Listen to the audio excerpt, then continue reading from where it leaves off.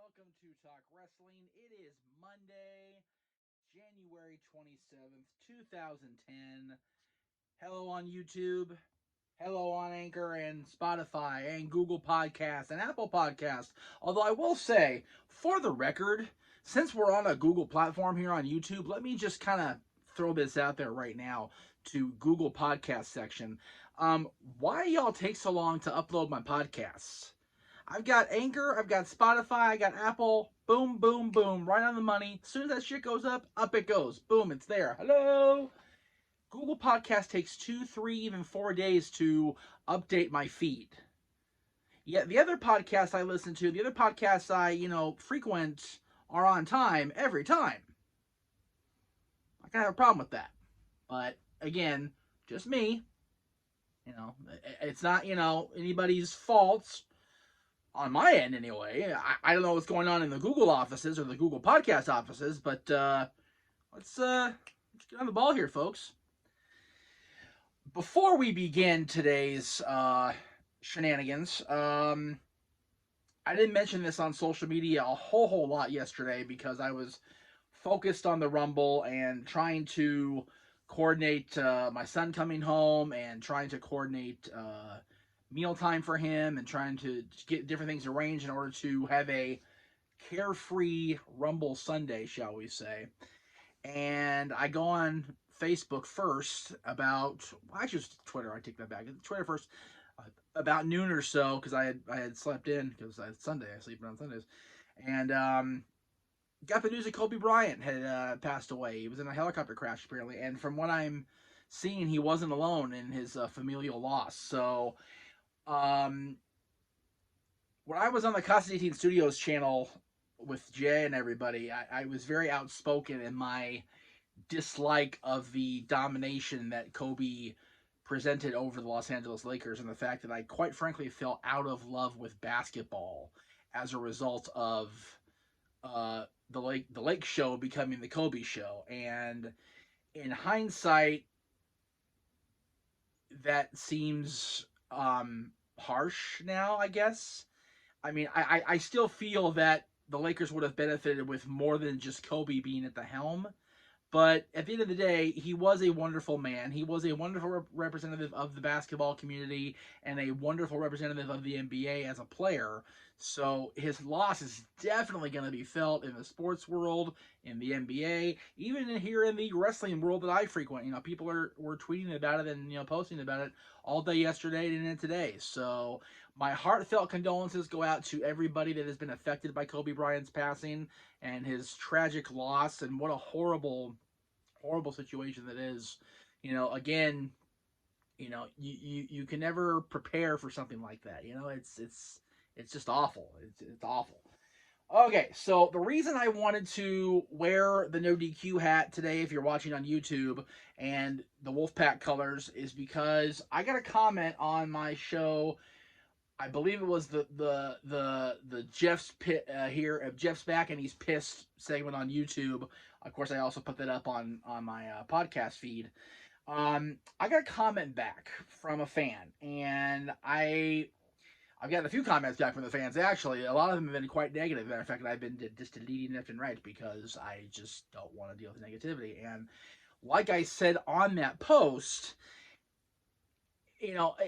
I harken back to Ron White. The next time you have a thought, let it go. I was not defending anybody in that post except myself. The other person I mentioned that was heavily criticized on social media for her choice of actions, alleged choice of actions, and her choice of words on Twitter, I wasn't defending. I was stating my opinion about the backlash she received. I even said at the top, whether or not she did what she did or said what she said is immaterial to me, in that I go by how people treat me and how they respond to me and reflect to me. I've not met Tessa. I've not even seen Tessa live in a ring. All I know is what I hear and see. And I've seen both, and I've heard both. So that's how I presented my commentary on Friday. So the fact that I was, criticized for defending her when I didn't, and the fact that I was called, my physical appearance was compared to people that have this that whose parents are brother and sister. It's like, dude, like, get a life, really get over it. It's nobody has the right to criticize anybody on their looks. Everybody's got flaws. Everybody's got their issues. So, like I said, dude, you have a thought next time, let it go. But this person warmed my heart. This person really made my day. He really did. And I just got to say, I just think I lost it here. Oh, I got it. Let's see if I can make it work here. I did. Yay!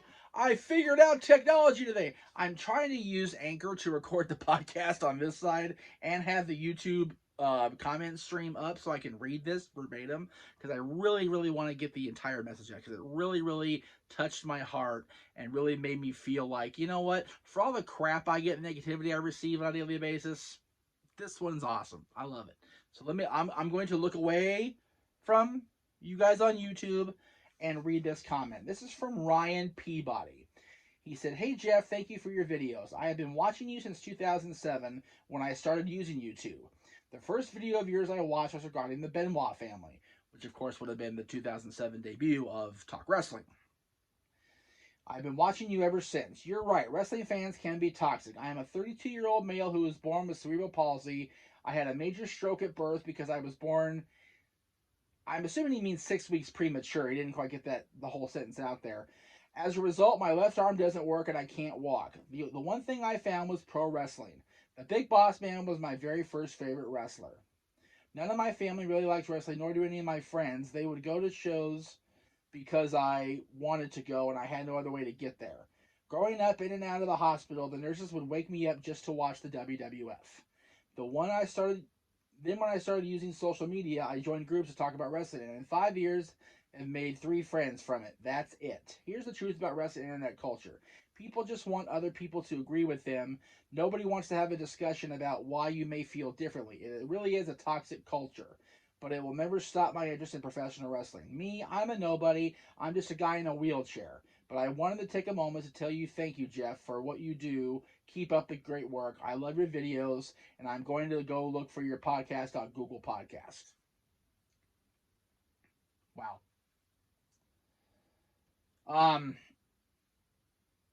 Wow. Let me say, first of all, Apple Podcast, Spotify, Anchor, Google's always late. So you can catch me on Google Podcasts, but you're going to be a couple days late. Jeez. This, Ryan, let me explain something to you, my friend. You're not that much younger than me, and growing up being a fan of the Big Boss Man, that's all right by me. I got a lot of crap, and I still do, for being a Hulkamaniac, especially in 2020, when it's not the hip thing to be a Hulk Hogan fan anymore. But the Big Boss Man, everybody loves Ray Traylor. Everybody loved the Boss Man.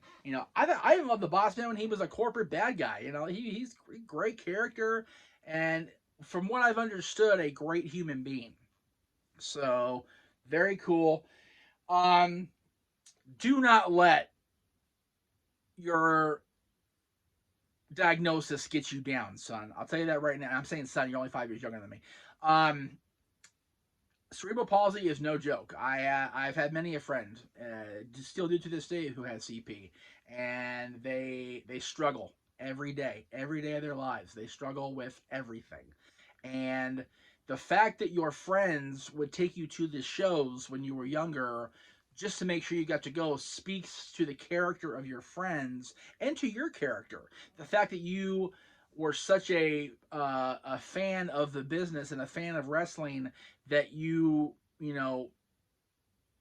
influenced your friends to take you just to make sure you were content and happy really speaks of how big an influence you are on people and how much you've touched people's lives and how And and then the nurses in the hospital made sure you got to watch the WWF when you were in and out of the hospital as a child. I think that's super cool. You know, not myself, but close family of mine, we've been in and out of the hospital many years over the last. Let's see, he'll be 33, so he's the same age as you.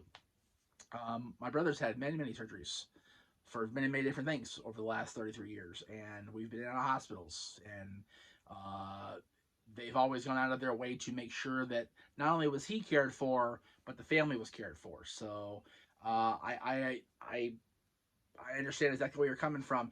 As far as me being the one of the first things you discovered on YouTube, I greatly appreciate that, and it's all because of this stuff right here and that person, Aaron Rift. Um, I cannot state enough how much my friendship with Aaron Rift has positively impacted my existence, my very existence on this planet. And were it not for a email from Aaron, and I'll call a spade, from Mike, back in 2002, I wouldn't have comments like this coming in. I wouldn't have the quote unquote influence that I have in the internet wrestling culture. And yes, Ryan, it is a very toxic culture. I was very clear about this on Friday. It seems like, what was it you said? You know, nobody wants to have a discussion. They just want you to agree. I don't know if that's necessarily true, only in that, a good chunk of my career has been through debate and discussion and differing opinions. I mean, let's throw it out there right now. The show I'm putting up on Friday is a Chris Benoit discussion. You mentioned the Benoit family, the first video I did for Talk Wrestling. I'm revisiting the topic. Friday is the 20th. I believe it's the exact day, but I could be wrong. Friday is the 20th anniversary of Chris Benoit's World Wrestling Federation debut, along with Perry Saturn, Eddie Guerrero, and Dean Malenko, the Radicals. And I don't often talk about Chris Benoit on my shows because it just seems like a magnet for disaster. It just attracts the negativity. But I do feel that there will never be a perfect moment, an exact right time to discuss Chris and discuss his life and discuss his career without being swooped upon by the negative press. And I feel, you know what? I want to talk about Chris Benoit. I want to talk about his career in Japan, in ECW, in WCW, and the WWF, WWE. I want to talk about Chris Benoit prior to the last weekend in June. And I honestly don't see a problem with that. And it's stuff like this from Ryan Peabody that makes me feel like that's okay, that I can say what I want to say. And yes, there will be negative feedback. And yes, there will be conflict that arises from this posting. No question about that. But that's why I do what I do. That's why I do these YouTube videos. That's why I record these podcasts on Anchor and Spotify and Apple and even Google. Again, a couple days later, but they're there. There would be no Jeff Meacham in the wrestling internet culture without debate, discussion, and pros and cons. Matter of fact, next week's Meach's Roundtable, Friday next week, is going to be the pros and cons of the WWE Hall of Fame. And, people love the Hall of Fame, people hate the Hall of Fame, and people just don't understand why the Hall of Fame exists when it's obviously such a one-person voting committee, if that makes any sense. But again, it's comments like this that I receive every now and again. They're not the norm, I'll be honest. A lot of it is gaga nonsense. But ever since I returned back on New Year's Day, or New Year's Eve, I should say, it's been mostly positive feedback. And when there has been negativity, I've addressed it. And when there has been negativity, I've called them out on it in a way that befits my quote unquote professional nature. Yes, I get nasty on Twitter. Yes, I, use foul language on Twitter more than I do here or on the book, right, Aaron? But it's just one of those things where everybody that I've spoken to, for the most part, the last 27 days, 28 days now, has been nothing but positive and reaffirming, and I greatly appreciate that. So thank you, and thank everybody else. Um, and that's really going to do it for today. I know it's only about 16 minutes, but and there are questions in the queue for hashtag Ask Me Anything. They will be addressed next week right here on Talk Wrestling. I don't have a one-on-one scheduled for tomorrow, and I'm not sure what I'm going to put up on the Jeff Meacham Classic spot on Thursday. I've kind of Rob Van Dam myself out, apparently, in the eyes of some, so I'll try to find a different interview to post, or maybe a different episode of Talk Wrestling to post with some opinions, or maybe something from the Casa channel. We'll see how things play out. But anyway, thank you all for watching. Again, I say I can't do this without you guys. I can't do these shows without your support. I can't do the things I do in wrestling outside of sitting here and watching this on TV without you guys letting me know it's okay to do that. And I know it's, you do your own thing, you be you, and that's totally what we are in 2020, is you be you. But I also recognize that as much as anything else in professional wrestling is about the fans and about how they recognize our success and reaffirm and establish our success, that's what you guys do for me. So thank you all so much. We will see you next time right here on YouTube if you're watching me on YouTube. And if you're on Anchor, we'll see you next time right here on the Jeff Meacham Network.